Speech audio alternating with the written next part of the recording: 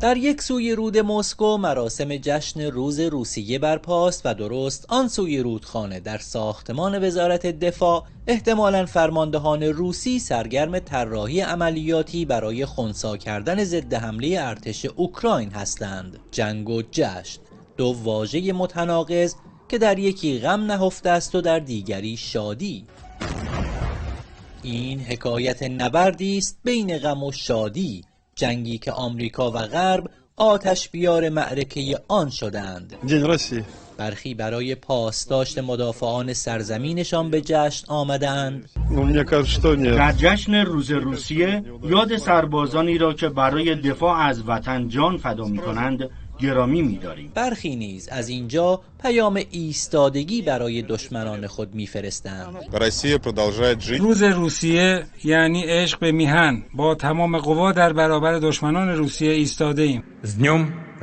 رئیس جمهور روسیه هم مسئولیت پذیری در مقابل سرنوشت کشور را ضروری دانست.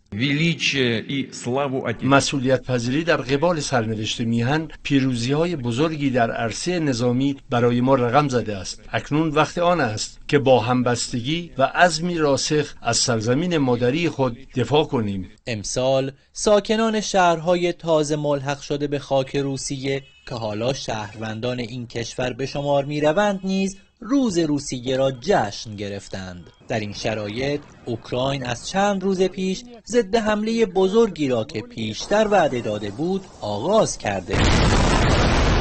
هدف اوکراین بازپسگیری مناطق وسیعی در شرق این کشور و در گام اول باخموت است. اما وزارت دفاع روسیه با انتشار تصاویری از خنثی شدن حملات اوکراین خبر داد. در حالی که اینجا در مسکو و دیگر شهرهای روسیه جشن و پایکوبی به مناسبت روز روسیه در جریان، جنگ چند صد کیلومتر آنسوتر با شدت ادامه داره.